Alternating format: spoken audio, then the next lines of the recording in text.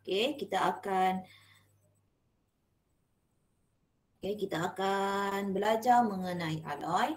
Okey, kemudian kaca, kemudian seramik dan akhir sekali adalah bahan komposit. Okey.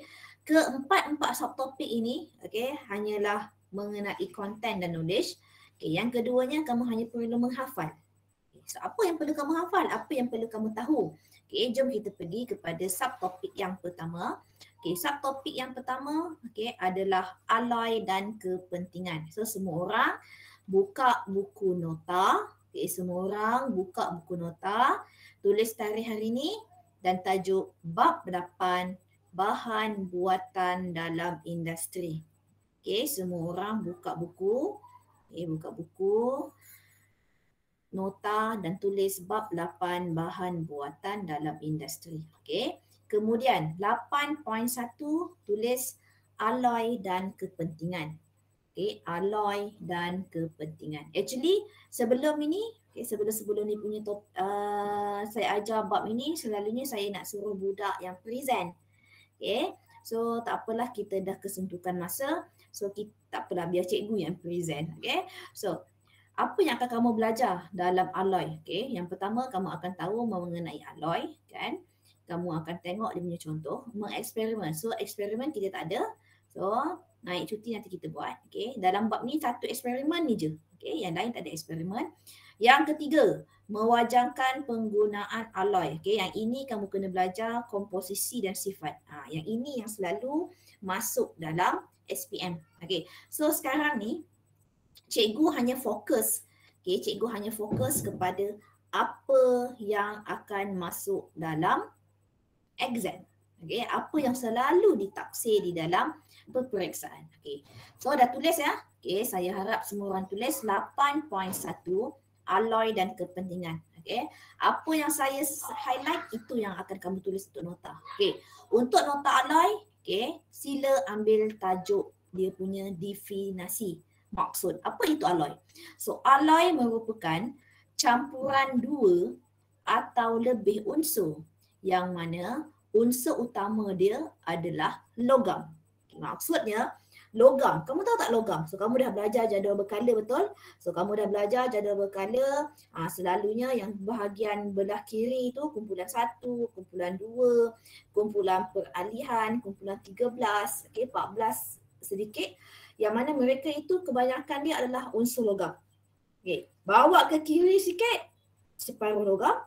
Hujung sekali adalah bukan logam. So sekarang ni maksud alloy adalah pencampuran dua atau lebih daripada dua logam. Okay. Maksudnya kamu boleh campurkan apa-apa logam untuk menjadikan suatu alloy.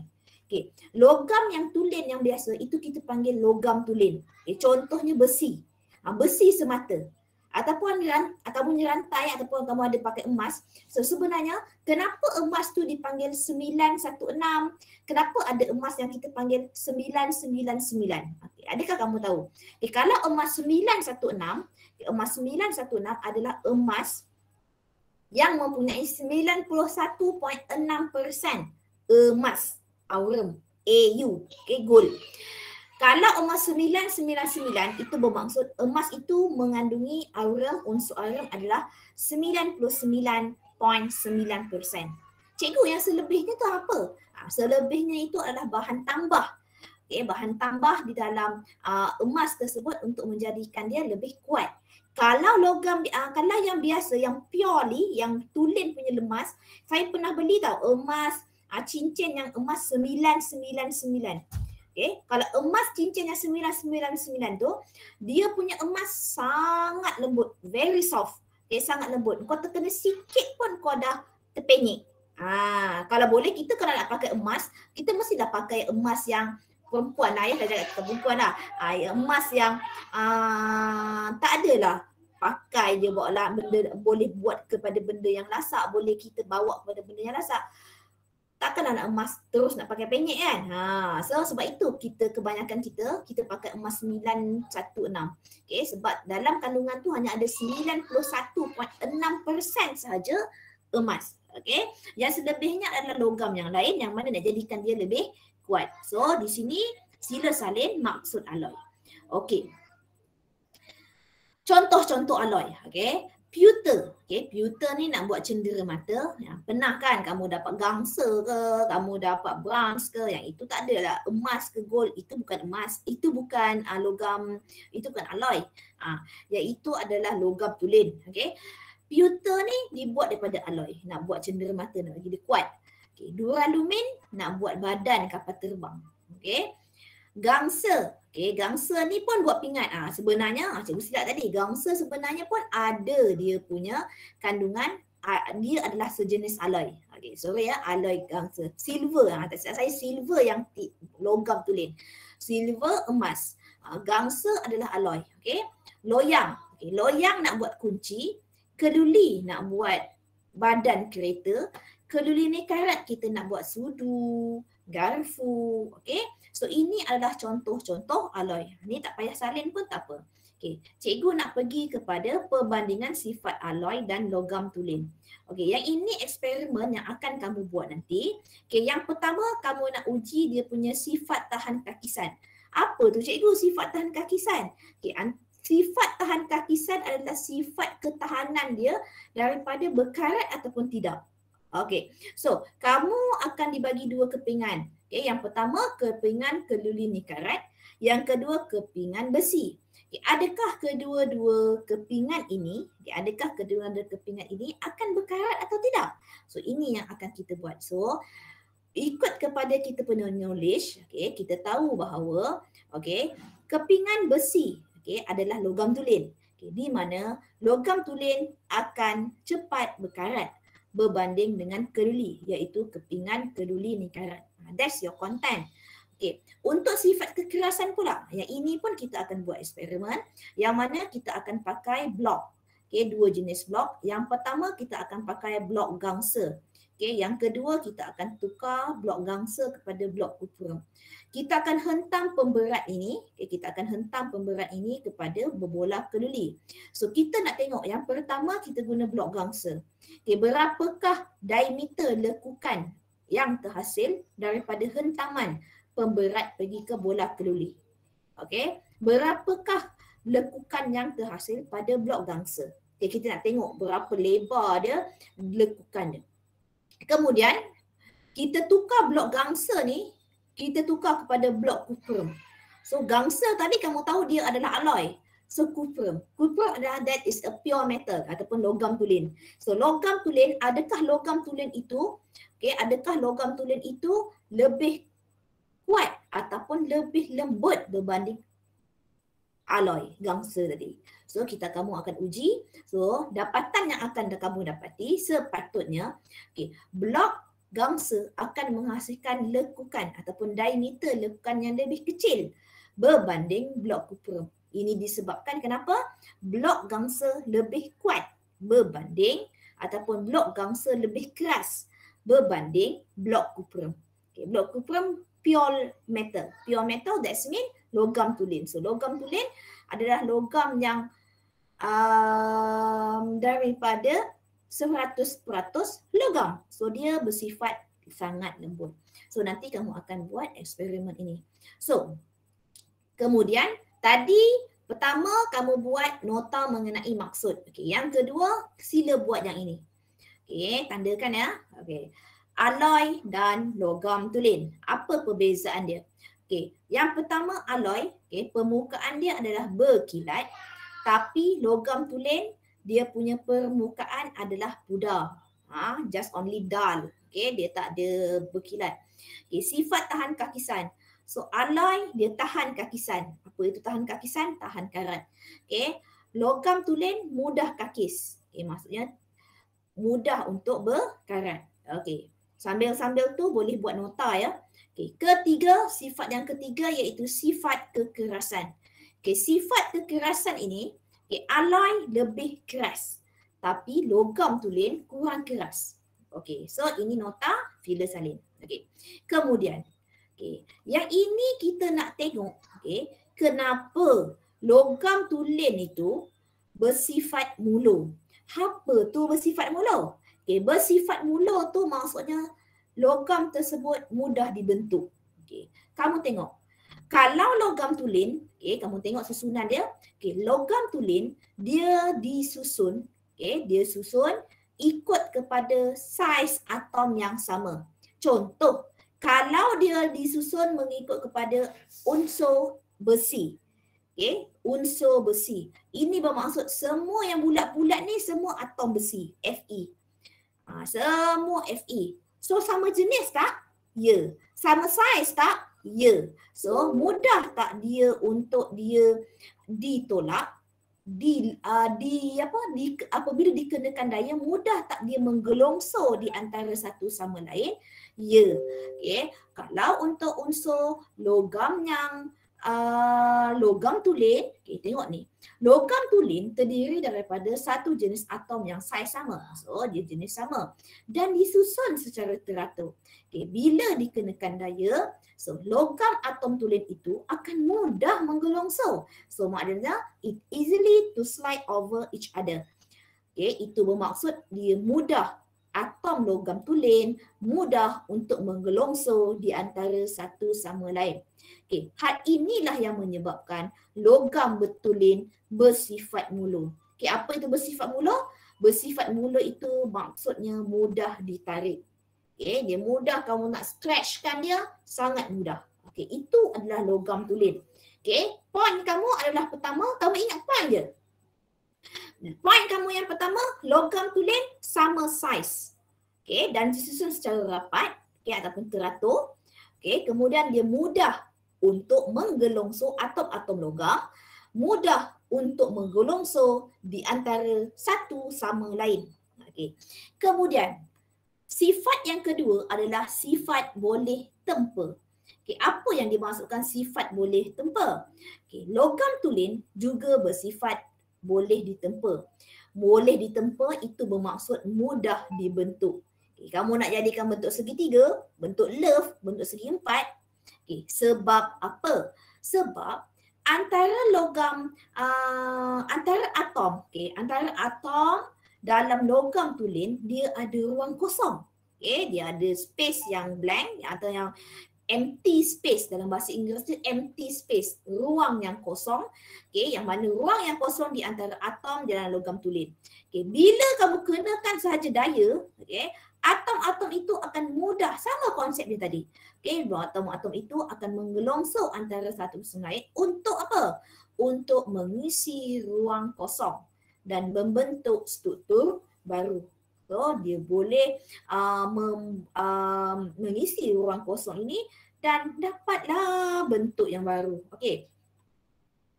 Ketiga, ini adalah susunan alloy. Apa yang cikgu cakap mengenai alloy tadi? So alloy tadi, alloy tadi adalah logam. Saya ulang lagi sekali. Alloy adalah terdiri daripada atom logam lebih daripada 2 unsur. So, tadi cikgu cakap logam tulen terdiri daripada unsur yang sama saiz. So, ini adalah asalnya logam tulen. Tapi bila dimasukkan satu logam, dua kat sini lah, logam asing, atom asing dimasukkan ke dalam ini, so terhasillah, itulah yang kita panggil alloy. Itulah yang kita panggil alloy. So, bila satu logam, dua logam asing ini dimasukkan, so struktur ini dah berubah. Kepadatan dalam ini pun dah berubah. So kalau macam tadi, logam tulen semua sama saiz. Sama saiz, sama bentuk, Tapi bila ada masuk sahaja logam asing, so logam asing ini akan, susunan yang teratur atom logam tulen tadi akan terganggu. So logam tulen yang tadi yang pada asalnya tersusun, teratur, dia akan terganggu. So ini akan menyebabkan apa? So hal ini akan menyebabkan lapisan atom tadi mudah tak dia nak menggelongsor? Susah. So alloy tadi sukar untuk menggelongsor di antara satu sama lain apabila dikenakan daya. Sebab apa? Sebab atom logam asing ini dah mengganggu. Dia dah mengganggu susunan yang teratur Okay, susunan yang teratur di dalam logam tulen. So tidak mudah untuk alloy menggelongso di antara satu sama lain. Okay, faham ya? Okay, pertama, poin yang pertama cikgu cakap tadi, logam tulen sama saiz. Okay, teratur. Okay, kemudian apa tadi lagi? Dia mudah menggelongso antara satu sama lain. Unsur dia mudah menggelongso antara satu sama lain. Tetapi kalau bila jadi alloy, okay, atom logam asing tersebut akan mengganggu, okay, struktur susunan yang teratur di dalam logam. So apa yang akan terjadi? Okay, apa yang akan terjadi? Okay, apa yang akan terjadi? So yang terjadi, okay, apa yang akan terjadi? So yang terjadi nanti, okay, semua logam-logam asing tadi, okay, dia tidak mudah untuk menggelongso di antara satu sama lain. Okay. So ada berapa orang dah masuk kelas kita? Syahir tadi tak masuk tu. Okay, tolong suruh dia masuk lagi sekali. Okay, Ali suruh Syahir masuk lagi sekali. Okay, kemudian, inilah yang penting. Okay, tadi untuk nota yang tadi kamu hanya buat point. Okay, point yang pertama, sifat mula disusun secara sama saiz dan disusun secara teratur. Okay, mudah menggelongso di antara satu sama lain. Okay, itu adalah sifat mula. Sifat mudah ditempa tadi pula. Okay, ruang kosong. Okay, logam akan menggelongso untuk mengisi ruang kosong. Okay, kemudian sifat alloy pula, susunan yang teratur. Logam akan terganggu. So dia alloy tidak mudah untuk menggelongso antara satu sama lain. Okey. Kemudian ini adalah contoh-contoh. Inilah yang penting dalam alloy. Okey. Yang penting dia adalah pertama, kamu kena hafal. Okay, kamu kena hafal lah, bukan sekarang lah kamu kena hafal. So hari ni kamu kena ambil tahu saja. Okay, apakah contoh-contoh alloy? Okay, kita tengok contoh yang pertama, duralumin. Okay, persen yang banyak adalah 93% aluminium. Ini bermaksud aluminium adalah logam tulen dia yang asal.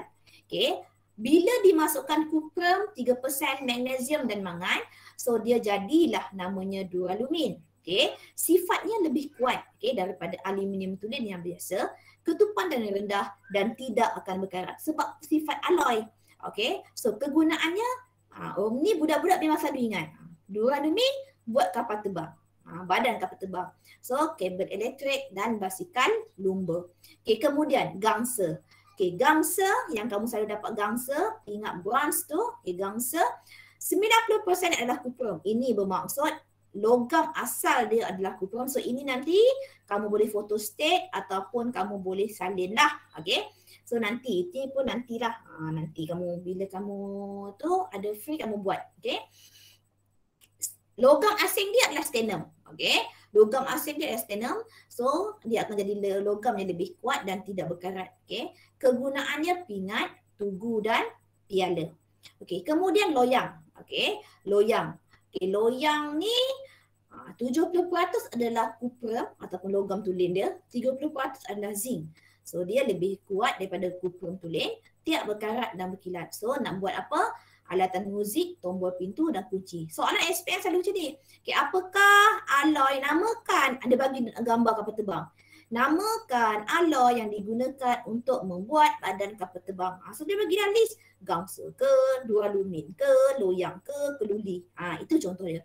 Ataupun dia akan bagi apakah komposisi di dalam gangsa. So kamu tahu dia ada kuprum dengan stannum. Itulah antara soalannya. Okay. So keluli untuk membuat bangunan, landasan kereta api dan badan kereta. Dia ada 90% besi dan karbon. Sebab itu badan kereta tu sebabnya dia letak cat dia. Kalau tak ke belakang tu kau boleh nampak ada berkarat. Okay. So mudah ditempa, boleh ditempa, lebih kuat dan keras. Dapat 3 jenis keluli rendah, sederhana dan tinggi. Okay, seterusnya keluli karat iaitu besi 73%, kromium, nikel dan karbon.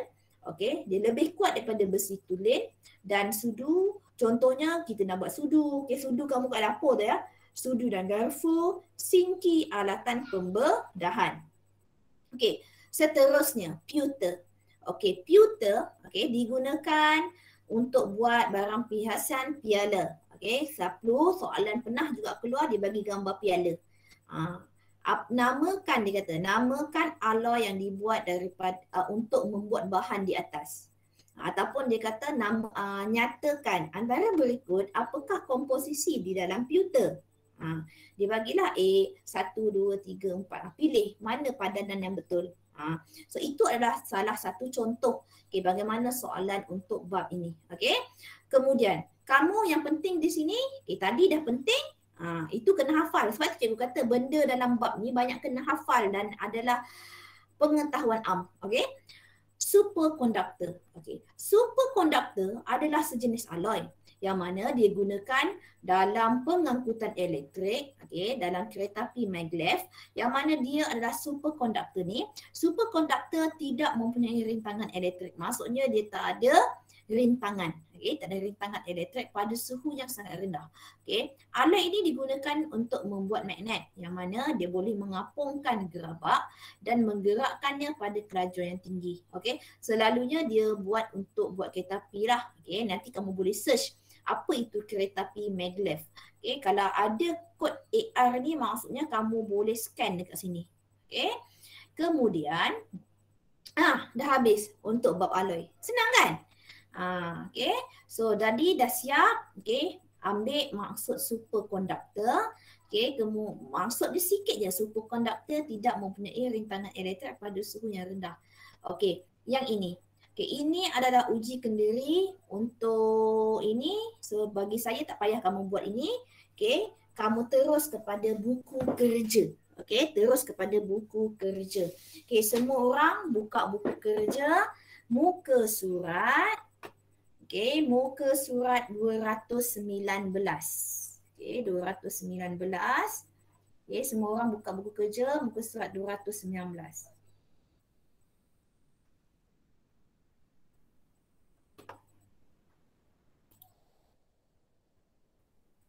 Dah.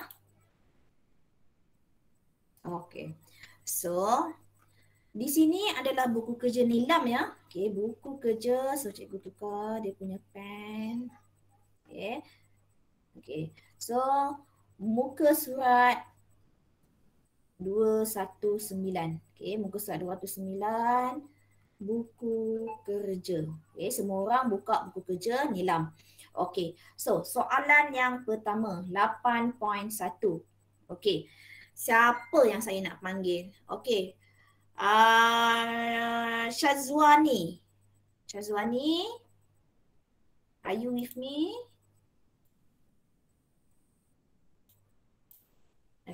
Siapa dapat jawab, kamu akan dapat dekat sini. Dia kata paling kurang pun kamu akan dapat TP3.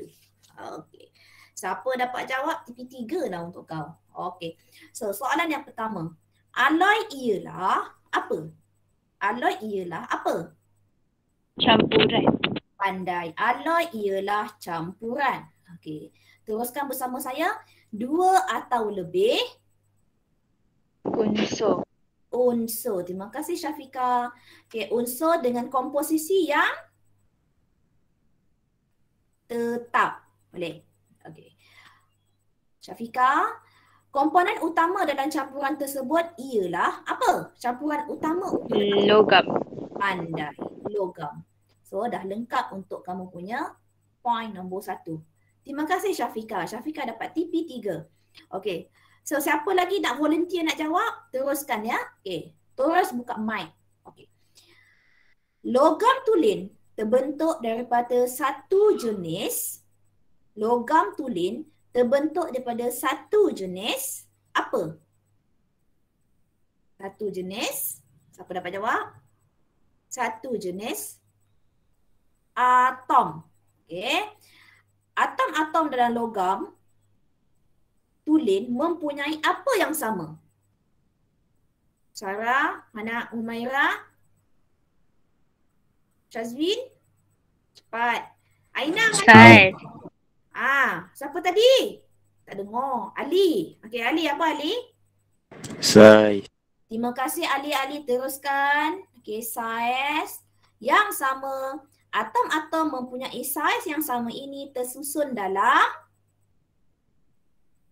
lapisan, layer. Okey, lapisan. Tak dapat jawab. Okey, apabila apa dikenakan? Apa yang kamu kenakan tu? Nampak tak apa yang kamu kenakan tu? Apa? Daya. Good. Daya dikenakan ke atas logam tulen. Lapisan atom akan buat apa? Menggelongsor. Okey, menggelongsor di antara satu sama lain. Okey, siap. Okey, kemudian kamu disuruh untuk lukis. Okey, kat sini cikgu nak ajar macam mana cara nak lukis. So, kalau kamu lukis, yang pertama dia minta gangsa. So, kamu tahu dia tulis kat situ dah, gangsa ada 90%. So, gangsa. So, dia ada 90% untuk copper ataupun cuprum dan 10% untuk stannum. Okey, stannum. So, kalau dia suruh lukis ni, 90% stannum, so maksudnya kau lukiskan satu bulat yang besar. Ini stannum. Okey, kemudian lukis sama-sama cikgu ya. Okey, kemudian di keliling ini adalah 90% cuprum. So, ini adalah atom cuprum. Pastikan jangan ada yang overlap. Okey, pastikan jangan ada yang bertindan. Okey, lukislah hati kau nak lukis, tapi okey, pastikan sama saiz sebab dia adalah cuprum. Cuprum adalah logam. So, kau buatlah, okey? Buat sama saiz. Dah buat ini, jangan lupalah kau label. Ini apa? Yang ini adalah tin. Okay, tin tu maksudnya stannum lah. So, kamu nak buat that is a stannum. Okay, this is a copper. Okay, cuprum. Okay, dalam bahasa Inggeris cuprum, ini adalah bahasa Melayu cuprum, ini adalah stannum. Okay, so dah siap. Samalah juga macam keluli ni. Okay, keluli ni pun sama. Okay. Keluli kau tengok dia ada 1% dia karbon. So kamu tahu karbon tu saiz dia kecil daripada karbon pula. Karbon tu lagi kecil saiz dia berbanding besi. So kamu buat dulu untuk besi. Untuk besi ya, iron. So buat besar-besar. Taklah besar sangat. Buat sama saiz. Okay. Buat dalam 2 layer jadilah. 2 layer. Okay. Tapi pastikan sama saiz. Selalu soalan dia akan keluar macam ni lah. Okay, kemudian dekat tengah-tengah jadi kau buatkan karbon. Okay, karbon ni kecil je sini. Dia dikelilingi dekat sini. Dah buat itu jangan lupalah label. So ini adalah karbon. So ini adalah besi. Okay. So dah siap. Okay, dah siap. Bagusnya, senangnya soalan. Okey, dah siap. Okey, kemudian kamu akan belajar. Okey, dalam itu page 220 tak ada masalah. Okey, untuk page 221, yang ini kita akan buat eksperimen. So, yang ini tolong fillkan nanti. Okey, nantilah, bukan sekarang. So, tolong fillkan untuk tujuan, hipotesis, pemboleh ubah, bla bla bla. Ini semualah. Okey, kita akan buat dua iaitu pengaratan dengan kekerasan. Siap. Senangnya belajar bab hari ni. Saya tak nak susah-susah bab 8 menam tu dia banyak benda yang kena ingat. Okey. So tak apa, kita hari ni kita buat dengan cepat, dengan pantas. Okey. So kita pergi kepada soalan yang seterusnya. Okey, komposisi kaca dan kegunaan. Okay, kita masuk bab kaca pula ya. Okey, hari ni kita santai-santai je belajar, jangan seterusnya cikgu. Banyaknya hari ni cikgu ajar. Memanglah banyak tapi poinnya adalah poin dia sikit sangat. Okey. So hari ni kita nak belajar tentang kaca. Okey. Kaca pula, okey, tulis dalam nota kamu 8.2 kaca. 8.2 komposisi kaca dan kegunaan. Okey, dalam bab ini apa yang akan kamu belajar? Sikit sangat. Okey, yang kamu akan belajar komposisi, sifat dan kegunaan. Okey, kamu tahu tak kaca ni dibuat daripada apa sebenarnya? Okey, kaca, okey, kaca ini dibuat daripada silika. Okey, silika. So kita tengok one by one ya. Okey, yang pertama dia kat sini dia ajar, yang ini adalah rainbow skywalk. Ya, dekat Georgetown. Siapa pernah naik lah dekat Pulau Pinang. Yang mana ini jambatan kaca. Okay. So, adakah kamu tahu bagaimana kaca-kaca ini diperbuat? Bagaimana kaca ni kita rasa macam gerun kan? Jambatan kaca tak pecah ke? Yang ini kaca silika dipanaskan bersama bahan kimia yang lain. Yang mana pelbagai jenis kaca dengan sifat-sifat yang berbeza. So kita tengok dulu apa sifat asas. Apa cikgu maksud sifat asas? Yang ini kena salin. Salin sekarang, cikgu bagi masa 1 minit sambil cikgu bebel-bebel. Sifat kaca. Yang pertama, dia adalah lengai secara kimia. Apa itu lengai secara kimia? Maksudnya dia bertindak balas dengan apa-apa bahan lah. Kemudian, dia lutsina. Lutsina ni maksudnya kamu boleh nampak ke belakang. Aku nampak kau, kau nampak aku. Lutsina. Kalis air. Kalis air tahan kepada air. Penebat haba. Maksudnya dia tak boleh mengkonduksikan haba lah. Penebat elektrik dan tidak boleh mengkonduksi elektrik. Keras. Keras-keras pun tapi dia rapuh. Maksudnya dia brittle. Brittle tu maksudnya dia rapuh. Bila kamu hempas si kaca, boom, berderai. Itulah yang akan sifat kaca. So, dalam bab ini kamu akan belajar 4 jenis kaca. Tadi kita belajar jenis-jenis alloy. Yang ini kita nak belajar mengenai jenis-jenis kaca. Jenis kaca yang pertama adalah kaca silika telaku. Kaca ni actually dia dibuat daripada silika. Silika itu apa cikgu silika tu? Silika itu adalah silikon dioksida. So dalam nota kamu tak perlu nak banyak-banyak ayat-ayat yang panjang-panjang ni. Kamu hanya buat jenis kaca.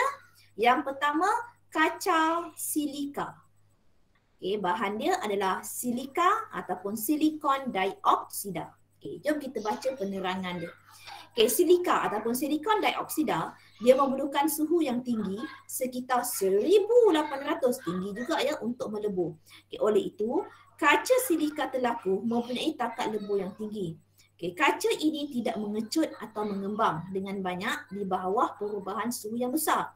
Kaca silika telaku sesuai digunakan untuk membuat kanta teleskop. So, kamu boleh tambahkan kat nota kamu tadi. Digunakan untuk kanta teleskop. Digunakan. So, ini, alamak apa benda ni. So, ini digunakan untuk membuat kanta teleskop. Kanta teleskop. Kaca silika telaku. Kaca yang kedua, tadi kita belajar kaca silika telaku. Yang kedua adalah kaca soda kapur. Kaca soda kapur. Kaca soda kapur, kamu tengok komposisi dia. Yang pertama sekarang ni kamu kena ingat jenis kaca. Yang kedua mengenai komposisi. Yang ketiga contoh kegunaan. Kaca soda kapur dibuat daripada silika ataupun silikon dioksida, soda ataupun natrium karbonat, batu kapur iaitu kalsium karbonat. Yang mana soda ni, soda natrium karbonat ini akan menurunkan takat lebur silika. Oleh itu, kaca soda kapur mempunyai takat lebur yang rendah. Sekitar 1000 je. Tadi kaca silika telaku 1800. Yang ini 1000 je. Kaca ini mudah dibentuk. Dan sesuai digunakan buat apa? Bekas kaca, botol dan jug. Namun begitu, kaca ini tidak tahan haba. Tidak tahan haba dan mudah retak apabila dikenakan perubahan suhu yang mendadak. Maksudnya dia tak boleh suhu ataupun haba yang terlalu tinggi. Kalau haba yang terlalu tinggi, contoh macam botol jug tu lah. Cuba kau panaskan. Kau panaskan guna tu. Confirm dia akan retak. So, kaca soda kapur dia tidak tahan haba dan mudah retak. So, itu adalah sifat-sifat dia. Yang tadi kaca silika telaku tadi saya tertinggal takat lebur yang tinggi. Ini adalah sifat dia lah. Okey. Kenapa ramai yang left? Okey, kemudian yang ketiga adalah kaca borosilikat. Okey. Kaca borosilikat ini, okey, dia dihasilkan daripada silika, soda ataupun natrium karbonat, batu kapur iaitu kalsium karbonat, boron oksida, okey, dan aluminium oksida. Okey, ingat soalan ni famous sangat. Okey, dia bagi gambar alat radas, so dia akan tanya dengan kamu. Apakah jenis kaca, apakah jenis kaca yang dibuat daripada untuk membuat alat radas dalam makmal? So apakah bahannya? So ia adalah, nama dia adalah kaca borosilikat. Okay, kaca borosilikat. Okay, so kita tengok sifat dia. Okay, banyak bahan alat radas kaca makmal. Okay, contohnya bika, kelalang dibuat daripada kaca borosilikat. Sebab apa? Sifat rintangannya terhadap haba. Okay, ingat tak kalau kita bakar test tube ke, so dia tahan kepada haba. Okay, perkali pengembangan yang rendah menyebabkan peralatan kaca tidak mudah retak. So kamu tak mudah retak lah. Contohnya kamu bakar guna bika, dia tak mudah retak. Okay, akibat tegangan terma. Kaca borosilikat boleh dikeluarkan dari peta sejuk dan terus dipanaskan tanpa peretakan. Kadang-kadang kalau ada setengah kaca tu keluar dari peta sejuk, kau panaskan terus dia akan retak. Tapi kaca borosilikat tak. Okay, kaca borosilikat tidak. Okay, kemudian jenis yang keempat iaitu kaca plumbum. Okay, kaca plumbum dibuat daripada silika ataupun silikon dioksida, soda ataupun natrium karbonat dan plumbum 2 oksida. Okay, dalam ini ada plumbum, yang mana plumbum ni menggantikan kalsium untuk menghasilkan kaca yang lebih lembut dan tumpat. Okay, kaca plumbum adalah lebih berat dan mempunyai indeks pembiasan yang tinggi. So, oleh sebab sifat dia, indeks pembiasan yang tinggi, so dia sesuai untuk buat prisma. Ini contoh prisma. Sebab dia nak biaskan daripada cahaya putih untuk menjadi 7 warna, 7 cahaya yang berbeza. Ini namanya indeks pembiasan yang tinggi. So kita ulang lagi sekali, ada berapa jenis kaca, Syafiqah? Ya. Ulang lagi sekali. Ada berapa jenis kaca? 4. 4. Yang pertama, Kaca silika terlakur. pandai. Okey, yang kedua, Kaca soda kapur. kaca soda kapur. Yang ketiga, Kaca borosilikat. borosilikat. Yang keempat, Kaca plumbum. kaca plumbum. Antara kaca tersebut, mana yang sesuai untuk buat alat radas bahan kimia? Kaca borosilikat. Good, kaca borosilikat. Terima kasih, Syafiqah. Okey, so ini untuk kaca. Dah habis. Nampak tak berapa senangnya bab ini? Okey, so kita tengok buku kerja page 223. Okey, 223.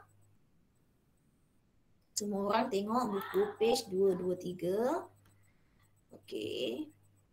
Macam ada 2 orang dah keluar kan? 14 tambah dengan 2. Ada 16 patutnya tadi.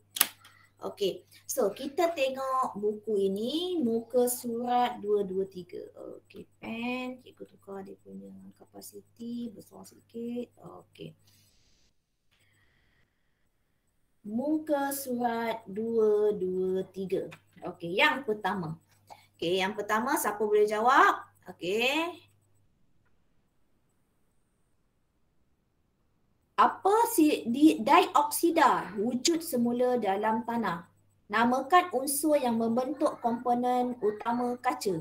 Apa unsur yang membentuk komponen utama kaca?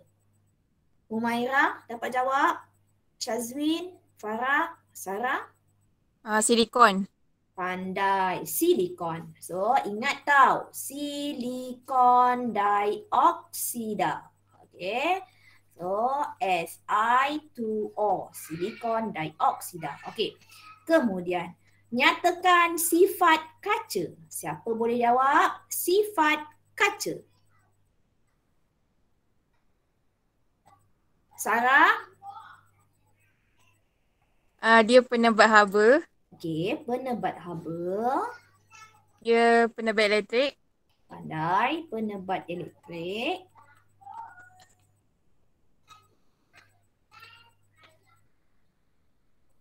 Dia keras tak?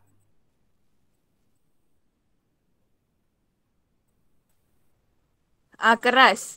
Keras tapi dia ada tapi dia. Tapi rapuh. Tapi rapuh. Okey, lagi macam mana dia punya cahaya warna dia? Warna pula. Lut sinar. Lut sinar. So, dia tahan tak dengan bahan kimia? Rintang terhadap bahan kimia. Betul? Mudah dicuci. Apa-apalah. So, kamu ambil lah daripada buku teks. Dah siap. Okey. Kemudian, kita tengok yang soalan yang di bawah.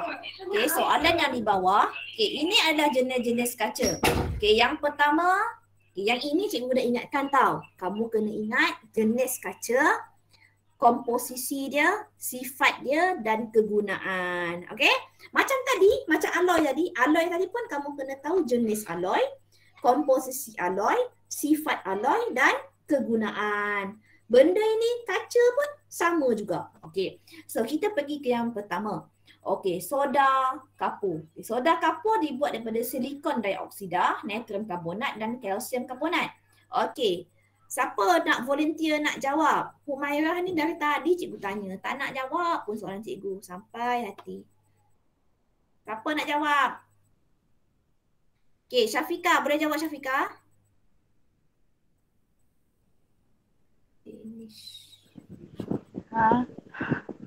Okey, tak apa. Cikgu guide. Jangan risau. Okey. Jom kita jawab sama-sama. Okey, kita cuba ya. Okey. Tahan kakisan bahan. Bahan apa? Bahan kimia. Boleh? Okey, bahan kimia. Okey, kemudian pekali pengembangan haba tinggi tetapi tidak tahan haba. Okey, so ingat ya. Dia tak tahan haba. Yang tadi cikgu kata dia mudah retak tu bila kamu bakar. So kegunaan dia adalah boleh buat membuat kaca, mentol, elektrik, cermin, jap air, bekas kaca. Ini adalah contoh-contohnya. Okey, kemudian kaca borosilikat. Okey. Kaca borosilikat dibuat daripada silikon dioksida, boron oksida, natrium oksida dan aluminium oksida. Okey, sifat dia adalah tahan kakisan bahan kimia. Okey, maksudnya dia tahan bahan kimia. Okey, kemudian pekali pengembangan haba, thermal expansion. Patutlah saya rasa macam pelik je nama pekali pengembangan haba. Sebab sebelum ni saya ajar bahasa Inggeris. Bahasa Inggeris dia thermal expansion. Okey, pekali pengembangan haba yang rendah. Okey, pekali pengembangan haba yang rendah. Kemudian tahan kepada haba. Sebab itu, okey, bahan-bahan alat radas kimia ni kita mudah untuk guna dekat lab. Okey, dekat dalam lab. Okey, contohnya kamu boleh buat dekat situ barangan makmal. Okey, barangan makmal. Okey, barangan memasak, cookware. Cookware tu barangan memasak lah. Okey, memasak. Okey, so kamu boleh lah. Okey, dah siap. Okey, yang seterusnya soda kapur. Okey, soda kapur yang pertama dia lut sinar. Tahan kakisan bahan kimia. Okey, bahan kimia lagi. Pekali pengembangan yang rendah. Okey, sama point dia. Okey, boleh dipanaskan pada suhu yang tinggi. Okey, contoh barang yang kamu buat sama juga. Dia boleh juga buat barangan kaca makmal. Okey, kamu boleh buat kanta. Okey, boleh buat cermin teleskop. Kalau dalam buku teks tu dia tak berapa banyak gentian optik. So sebenarnya barang makmal pun dia boleh guna. Okay, barang makmal. Tapi mostly adalah borosilikat lah. Mostly adalah guna untuk barang makmal adalah borosilikat. Okay, kita pergi kepada soda kapur. Soda kapur yang kita buat prisma tadi, okay, yang buat prisma tadi, indeks biasan dan ketumpatan yang tinggi. Okay, dia kelihatan berkilat. So, bila dia buat kelihatan berkilat, so kamu buat apa tadi? Kamu katalah pinggan mangkuk. So, pinggan mangkuk. Prisma, okay, kaca kristal ataupun kaca hiasan, boleh juga. Okey, dah siap. Okey, boleh ke? Syafika, okey? Sarah, okey? Okey. Okey. Tengok, dah 2 subtopik, baru berapa minit belajar. Sebenarnya bab ni dia lebih kepada membaca. Yang pertama, saya buat konklusi. Yang tadi kamu kena ingat apa? Alloy. Alloy kamu kena ingat alloy ke kaca ke. Yang pertama kamu kena ingat jenis. Yang kedua komposisi. Yang ketiga sifat. Yang keempat kegunaan. Dia pusing itu je dia tanya. Percaya dah cakap saya. Okey, nanti kita try jawab soalan dalam buku yang kita photostat tu. Okay, dalam buku dia tak banyak jugalah tentang ni. Dia sikit je. Okay, so kita tengok kepada next. Okay, bertahan lagi. Okay, ini saya tak berapa suka jawab soalan yang dekat dalam buku teks yang form 4, form 5 okay. Dia punya soalan ni, tak apalah, nantilah kita buat macam tak ada kena-mengena pula. Okay, seterusnya. Yang ini seronok. Sebabnya kamu belajar tentang seramik. Pernah tak kau pergi beli Colgate ke, Dali ke, kau dapat mangkuk, kau dapat pinggan daripada kaca. Dia sebenarnya bukan kaca. Dia adalah seramik. Okay.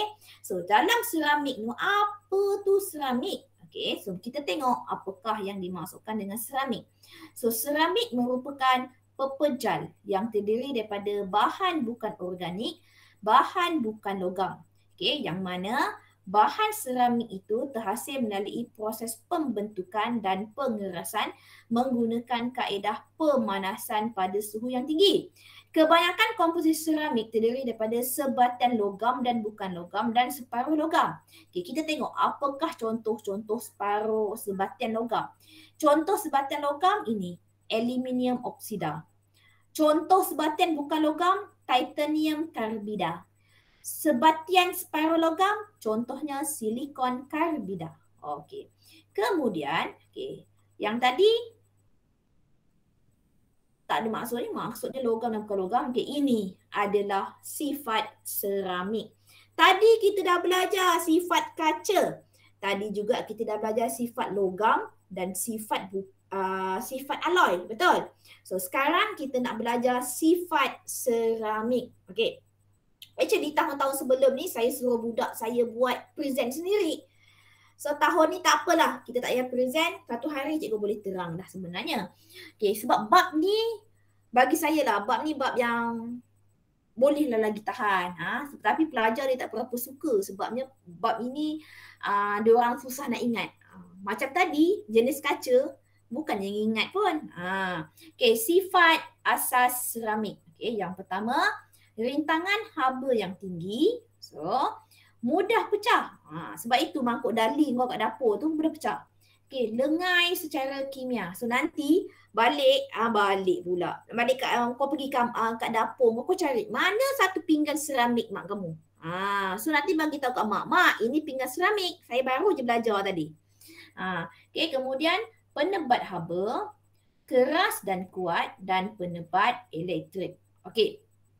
Jom kita baca sikit lah apa yang dia bebel kat dalam ni. Kamu dengar je ya. Tak payah salin. Yang perlu salin adalah sifat asas seramik ni je. Okey, semua seramik sifat asas dia sama. Okey. Atom dalam seramik diikat oleh ikatan kovalent dan ikatan ion. So dia ada dua lah, ikatan kovalent dan ikatan ion yang kuat. Okey, oleh itu seramik hanya melebur pada suhu yang tinggi, keras dan tahan terhadap mampatan. Okey. Apabila dikenakan daya, atom dalam seramik tidak dapat menggelongsor. Macam tadilah. Macam tadi sifat logam tadi, bila kamu tahu sifat logam tadi sama saiz. Bila dia sama saiz, dia teratur dan padat di antara satu sama lain. So dia tidak akan menggelongsor di antara satu sama lain. Okey. So dia tidak akan menggelongsor di antara satu sama lain. Okey, kerana atom ini diikat dengan kuat. Okay, dan susunannya tidak teratur. Dia ini pula tak teratur. Sebab dia ada ikatan kovalent dan ikatan ion. Tapi yang logam tadi teratur. Okay, logam tulen lah ya. Tenaga daripada daya ini akan digunakan untuk memecahkan ikatan antara atom. Oleh itu, seramik bersifat rapuh dan lemah terhadap regangan. Okay, elektron dalam seramik pula tidak bebas bergerak untuk mengkonduksikan elektrik ataupun haba. Okay, so dia bla bla bla, dia bebelin, dia nak cakap tentang sifat mudah pecah, okey, dia keras dan kuat. Itulah dia punya yang bebel panjang-panjang ni. Okey, jenis-jenis seramik. So kita ada dua, seramik tradisional dengan seramik maju. Macam mana tu cikgu? Okey, cuba kita tengok. Okey, yang ini. Ini contoh-contoh seramik tradisional. Pernah tak siapa yang pernah pergi Kuala Kangsar? Okay, kat Kuala Kangsar dia ada buat tanah liat kan, yang daripada tanah tembikar ke apa, klepot ke apa kan. Itu dah salah satu juga seramik sebenarnya. Okay, seramik tradisional ni dibuat daripada tanah liat. Ini cikgu cakap tadi. Tanah liat ni contohnya adalah kaolin. Okay, dia punya formula dia tengok panjang, aluminium ada, aluminium oksida ada, silikon dioksida dan air. Okay, tanah liat ini dicampurkan bersama-sama air, sebab tu kat sini ada unsur H2O. Okay, untuk menghasilkan campuran yang lembut dan mudah dibentuk. Okay, campuran ini kemudian dibakar pada suhu yang tinggi. Pada kebiasaannya, seramik tradisional digunakan untuk membuat batu bata, tembikar dan pinggan mangkuk. So ini adalah seramik tradisional. So kalau kamu pernah, siapalah yang ada kampung dekat Kuala Kangsar, dekat tepi-tepi jalan tu, ramai. Okay, banyak orang jual tembikar, labu sayung. Syafiqah, kau pernah tak beli labu sayung? Tahu tak labu sayung? Kau tak tahu? Okay, so labu sayung ataupun tembikar selalunya orang Indian lah. Kalau Turga dia tahulah. Turga. So rumah kalau orang-orang India dia selalu ada tembikar. Okey. Kemudian seramik maju. Okey, seramik termaju ini, okey, bahan bukan organik, contohnya oksida, karbida dan nitrida. Okey, seramik termaju ini mempunyai rintangan haba dan lelasan yang lebih tinggi. Saya tak tahulah lelasannya apa. Lebih lengai secara kimia serta memiliki sifat superconductivity. Okey, sifat termaju ni dia advance sikit, dia bukan daripada tanah liat. Kiranya dia daripada bahan-bahan kimia, oksida, karbida dan nitrida. Okay, seramik termaju ini seperti silikon karbida digunakan untuk cakra pemotong. Pernah tak tengok cakra pemotong? Okay, kerana sifatnya keras dan kuat. Silikon karbida juga digunakan untuk membuat cakra brake. Yang ni, cakra brake. Okay, apa namanya? Brake disc. Siapa lelaki dia faham lah. Dekat dalam kereta ada brake disc. So cakra brake yang sifatnya tahan kejutan, terma dan rintangan tinggi tak ada haba. Seramik termaju juga digunakan untuk membuat cincin tungsten. Okay, karbida. Kerana sifatnya yang keras dan tahan. Okay, yang ini tak apalah. So kamu hanya tahu seramik ada dua, seramik tradisional dengan seramik maju. Termaju. Okay. So aplikasi penggunaan seramik. Okay, selalunya dalam perubatan, dalam pengangkutan, penjanaan tenaga. Okay, dalam perubatan, seramik zirkonia digunakan dalam implan gigi. Seramik alumina, pembuatan tulang lutut. Seramik digunakan dalam mesin pengimejan resonan magnetik ataupun MRI kerana sifatnya yang superconductivity. Okey, superkonduktor. Yang tadi tahan rintangan elektrik. Okey.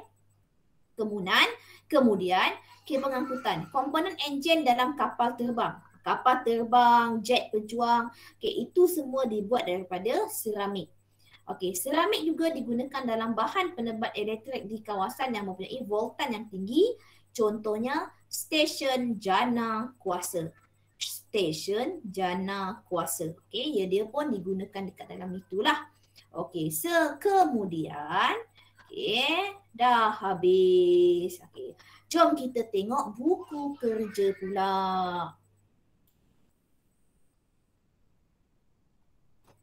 Muka surat berapa? Okey.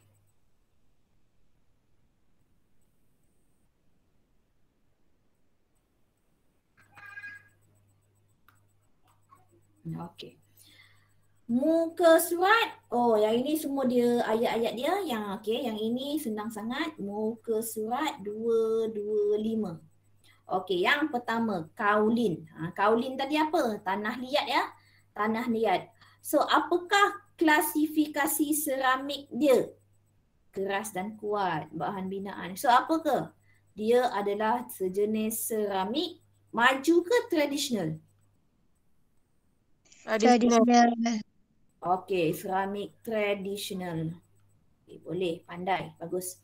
Okey, kaulin pula yang kat sini pula dia buat apa ni? Kitchenware, decorative item, barang hiasan. So ini pun seramik tradisional ke maju? Tradisional. Tradisional, pandai. Okey, yang kedua, seramik oksida. Oksida, ada perkataan oksida So dia nak buat apa tadi dia kata dinding reaktor nuklear bahagian enjin. Okay, so ini seramik termaju ke seramik tradisional? Seramik termaju. Okay. Okay, good. Okay, alumina. Alumina ni dia buat penebat elektrik, peralatan elektrik, ketuha kabel elektrik. So dia termaju ke tradisional? Termaju ke tradisional? Termaju. Alumina dia ada jenis termaju. Habis. Okey, siap. Okey, pergi kepada seterusnya. Last sekali. Tengok, kejap je kan bab ni sebenarnya. Okey, so kita pergi kepada 8.4. Okey, so bahan komposit dan kepentingan. Alah, ini lagi senang, lagi ringkas. Dia tak ada banyak yang macam tadi. Yang macam alloy, kaca tadi macam banyak kamu kena hafal kan. Macam seramik tadi pun tak banyak kamu kena hafal kan. Kamu hanya tahu dia punya sifat dia juga. Okay, itu sahaja sifat dan jenis-jenis dia. Okay, yang kemudian yang komposit ni pun senang juga. Okay, jom kita tengok. Okay, kebanyakan dia kata rumah tradisional yang terdapat kat Malaysia dibina menggunakan kayu. Okay, kayu merupakan bahan komposit semula jadi. Dia adalah, pernah tak kalau kamu tengok dekat rumah, saya pernah tengok tau dokumentari ataupun sebenarnya dulu, zaman-zaman dulu, rumah-rumah tradisional yang macam ini, dia tak gunakan konkrit apa tau. Dia tak gunakan skru ke apa, dia gunakan tanggam, dia buat sendiri daripada kayu. Tapi dia boleh bina sebiji rumah kayu macam ini. Wow, memang hebat. Hebat teknologi tahun-tahun yang sebelum ni, zaman-zaman dulu sebenarnya. Okay. Itu sebenarnya kayu tu adalah bahan komposit semula jadi yang kukuh, kuat. Okay. Tapi zaman-zaman sekarang dia dah tak pakai lah. Sebabnya kayu pun susah nak dapat. Nak kena tebang pokok, susah lah. Okay, bahan komposit merupakan bahan yang terdiri daripada dua golongan. Gabungan. Okay, gabungan dua ataupun ini kena salin. Okay, maksudnya bahan komposit, bahan yang terdiri daripada gabungan dua atau lebih bahan yang bukan homogen, iaitu bahan matriks dan bahan pengukuhan. Okay, bahan matriks ini berfungsi untuk mengelilingi dan mengikat bahan pengukuhan bersama. Contoh, okay, pernah tak kau pergi tapak binaan ataupun rumah kau kena bina, tengah renovate pun orang tukang pun datang. So orang tukang datang, kamu tengok, kalau kamu tengok dia buat contohnya konkrit, konkrit dia buat, mesti dia letakkan besi. Mesti dia letak besi, lepas tu baru dia tuangkan simen. Kenapa kena letakkan besi? Inilah bahan komposit yang mana dia punya besi tu ataupun lignin tu, okey, iaitu adalah bahan matrix. Okey. So bahan pengukuh dia simen tadilah. So nanti akan dapatlah bahan komposit. Kesimpulan yang dekat sini, bahan matrix tambah bahan pengukuhan, kamu akan dapat bahan komposit. Okey. Kedua komponen bahan komposit mempunyai sifat fizik atau sifat kimia yang berlainan. Bila kamu gabungkan bahan komposit ini, dia akan menghasilkan sifat yang lebih baik daripada komponen asal dia. Bahan komposit dan kegunaan. Kita tengok one by one. Contoh, konkrit. Ini cikgu sebut tadi, konkrit pembinaan lah. So dia nak bina apa? Nak bina jambatan, dia nak bina empangan, dia nak bina bangunan. So konkrit diperkukuhkan terhasil apabila tertulang keluli atau jejaring dawai. Ini yang namanya, siapa mak ayah dia kerja tukang. Bina rumah ke, macam ayah saya memang tukang, maksudnya dia buat rumah. So saya nampak lah macam mana kerja dia. Memang saya nampak dia ada, kalau buat konkrit ke apa, dia memang ada letak dawai, dawai ataupun besi. Yang mana dia dibenamkan. Jejaring dawai ataupun keluli ni adalah sejenis bahan pengukuhan lah. So ke dalam konkrit. Konkrit tu adalah bahan matriks dia. Konkrit diperkukuhkan banyak digunakan dalam industri pembinaan jambatan dan bangunan. Kemudian helmet. Helmet ni adalah salah satu kaca. Tadi kita belajar tentang matriks kan, dengan gabungan pengukuhan. Yang ini kaca pula, kaca gentian. Apabila plastik. Yang tadi cikgu ulang lagi, konkrit diperkukuhkan, tertulang keluli dan konkrit. Yang ini plastik dengan kaca. Plastik dengan kaca. So plastik tu sebagai bahan matriks. So bahan pengukuhan dia adalah gentian kaca. So bahan komposit ini digunakan dalam pembuatan topi keledar, bumper kereta. Lelaki tahulah bumper kereta tu apa. Papan lita cetak. So bumper yang kat depan ni lah ya. Ni bumper. Bumper saya dah letak dah tu. Bumper kereta. Papan lita tercetak. So itu adalah kaca gentian. So yang ketiga, gentian optik. Apa pula gentian optik? So gentian optik ni, gentian optik ada 3. Tadi kita belajar kalau yang macam kaca gentian dengan konkrit tadi, dia ada 2 layer je. Tapi yang ini dia ada 3. Apa 3 tu? Lapisan pertama merupakan bahagian teras yang terdiri daripada gentian kaca silika. So, gentian kaca silika ni sebagai bahan pengukuhan dia lah. So bahagian teras disaluti oleh lapisan kedua. So the second layer dia ada salutan kaca atau plastik. Salutan kaca atau plastik ataupun itu dikenali sebagai bahan matriks. Bahan layer yang ketiga, lapisan yang ketiga pula. Lapisan yang ketiga dia buat daripada plastik yang mana dia bertindak sebagai jaket pelindung. Bahan matriks yang mana gentian optik digunakan untuk menghantar maklumat. So gentian optik ni kamu tahu dia berjenis kaca. So dia dapat, kalau kamu belajar fizik, so kamu tahu gentian optik ni macam mana. Dia bentuk macam ni. Dia bentuk macam ni, gentian kaca yang mana dia ada kaca sini, kaca sini, kaca sini, kaca sini.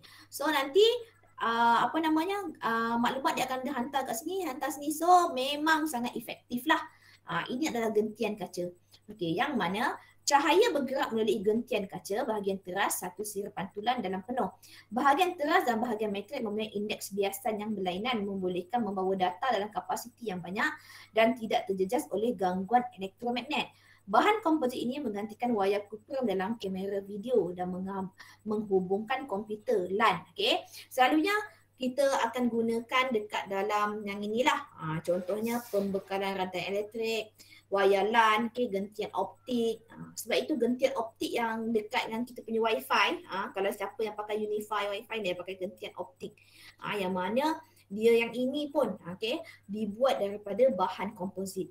So Ada berapa jenis bahan komposit? Ada 3. Yang pertama, saya ulang balik, konkrit diperkukuhkan. So you all tak payah nak buat dia punya yang panjang-panjang ayat ni.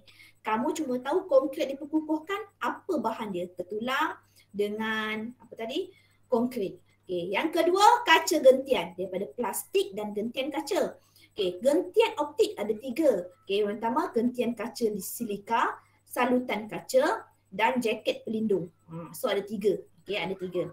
So, banyak lagi. Okay, yang keempat, saya ingat dah habis tadi. Okay, yang keempat adalah kaca fotokromik. Okay, kaca fotokromik ni, okay, apabila kaca tergabungkan dengan argentum chlorida. Okay, cuprum chlorida. Okay, apabila didedahkan kepada cahaya matahari, kaca fotokromik menjadi gelap. Hal ini disebabkan pembentukan atom argentum yang menghalang laluan cahaya. Apabila keadaan menjadi malap, cuprum 1 klorida dalam kaca fotokromik akan memungkinkan pembalikan proses supaya kaca menjadi lut sinar semula. Kaca fotokromik melindungi pengguna daripada sinaran UV yang mana sesuai digunakan untuk membuat tingkap kereta, tingkap bangunan dan kanta kamera. Tinted. So ini tinted lah. Kaca fotokromik. So nanti boleh cakap dengan ayah, pergi tunjuk ke kereta, ayah, ini kaca fotokromik. So kamu explain lah macam mana dia bertindak. So ini adalah salah satu ilmu lah yang kamu akan belajar. Okay, dekat kaca, dekat kan selalu kalau macam kat rumah-rumah sekarang kan dibuat daripada tingkap ni kaca kan. So kaca tu dia akan buat tinted juga. Kanta kamera pun sama. Okay, seterusnya adalah superconductor. So tadi dah belajar ya superconductor. Superconductor adalah seramik. Okay, seramik yttrium, barium, cuprum oksida. Panjang betul namanya, YbCO, yang mana merupakan bahan komposit yang memiliki sifat superconductivity selain alloy.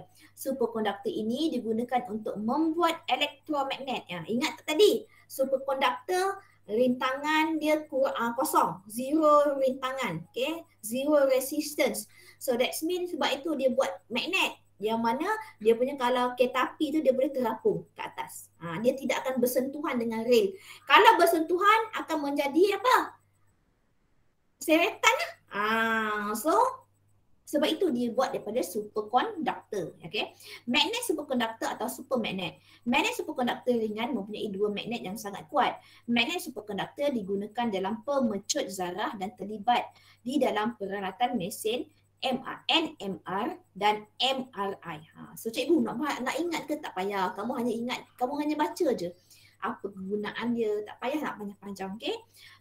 MRI, NMR dan pemecut zarah. Okay, yang ini pula perbandingan lah. Yang ini perbandingan, banyak bla bla bla ni perbandingan. Okay, yang ini perbandingan antara yang macam tadi tu tak payahlah kamu nak buat banyak-banyak. Yang ini sifat dia saja. Tak payah yang tadi tu tak payah banyak-banyak, kamu hanya buatkan contoh dia. Contoh bahan komposit superconductor, kaca fotokromik, gentian optik, kaca gentian dan konkrit. Itu je. Kamu buat contoh macam itu sahaja ya. Okay, yang ini tak perlu pun buat pun tak apa. Buat pun tak ada masalah. So saya rasa tak payah buat pun tak apa. Okay. So yang ini adalah sifat-sifat konkrit yang tadi kita sebut. Okay, dia lengkapkan di dalam satu mind map. Okay.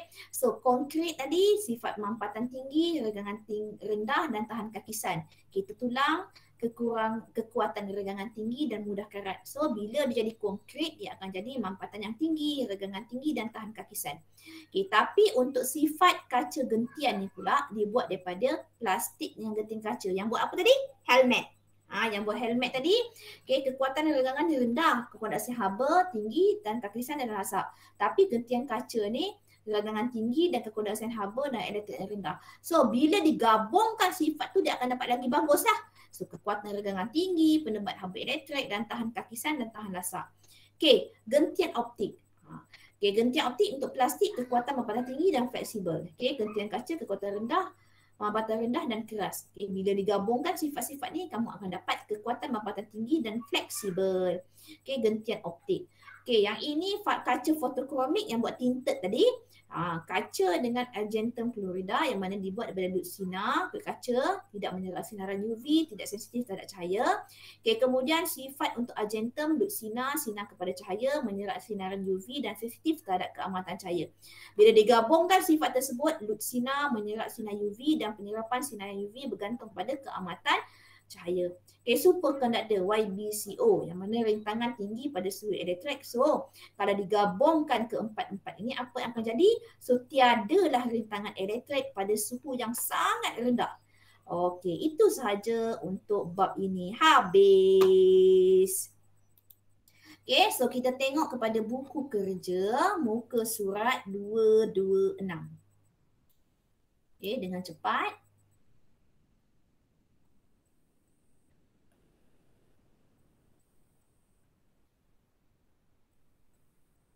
Okey.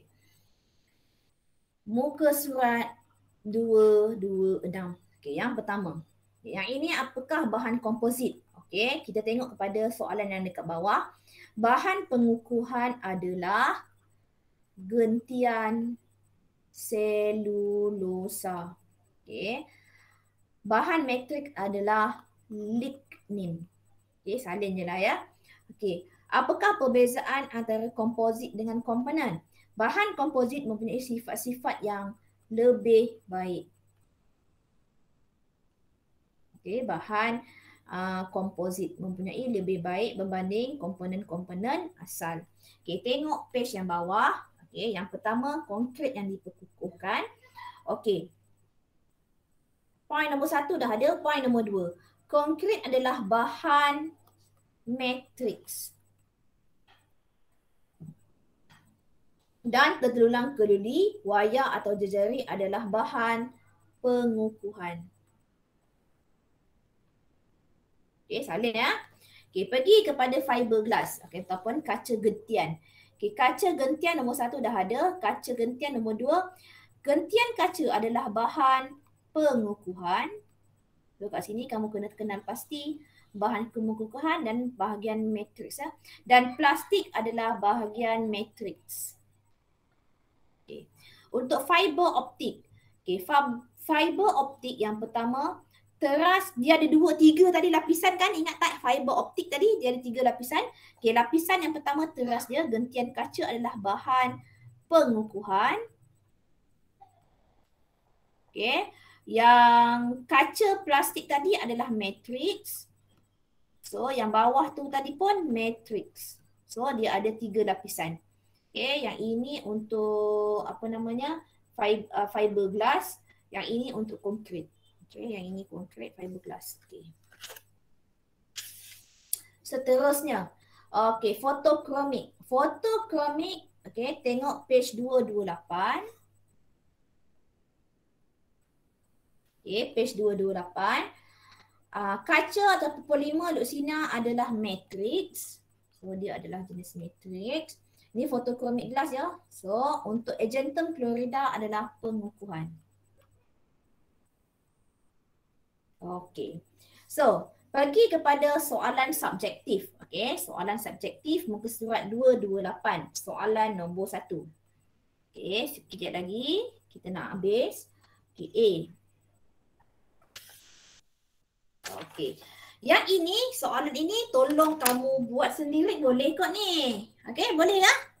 Boleh Syafiqah? Boleh. Buka buku kau dapat jawab. Lepas tu nanti kau tunjuk dengan cikgu, snap gambar bagi cikgu tanda. Boleh? So nanti sebelum hari Khamis cikgu akan bagi skema jawapan. Tolong semak jawapan kalian semua. Okey, so dah penat dah hari ni. Kita dah belajar banyak. So bagi saya soalan untuk subjektif, soalan subjektif ni senang sangat. So kamu boleh buat, tak perlulah saya nak tunjuk. So tolong snap gambar dan tunjuk kat saya, nanti cikgu tanda. Okey. Terima kasih sebab datang kelas saya. Terima kasih sebab bersabar dengan Cikgu Ziana yang suka banyak-banyak bagi kerja. Okey. So hari ni tengok kehadiran kita, kan apa 13, tadi macam 16. Dah ramai yang keluar ya. Okey, tak apa, mungkin data mereka sudah sikit sebab kelas saya kelas yang terakhir hari ni. Okey, terima kasih datang. So ada apa-apa soalan tak? Syafika, Sarah ada soalan? Tak ada, cikgu nak tidur. Tak ada. Agak dah nak tidur lah tu. Bukan kena masak pun, kat rumah mak juga yang masak. Ya dah? Okay, so nanti jumpa lagi untuk, so bab 8 kita dah habis. Yeay, tepuk tangan. Tak nak tepuk tangan sama saya ke? Okay, so bab 8 kita dah habis. Dalam satu hari, 1 jam 30 minit habis untuk bab 8. So, sebagai pengukuhan, tolong buat buku kerja. Okay, tolong buat buku kerja. Okay, untuk soalan subjektif tadi. Okay, nanti sebelum hari Khamis, cikgu akan snapkan gambar untuk dia punya skema. Tolong tandakan. Tanda pakai apa? Pakai pen merah. Okay, terima kasih semua hadir kelas saya. Okay, Assalamualaikum. Sego. Baru dengar suara koma. Sama-sama. Cikgu. Ya, okey, jumpa lagi.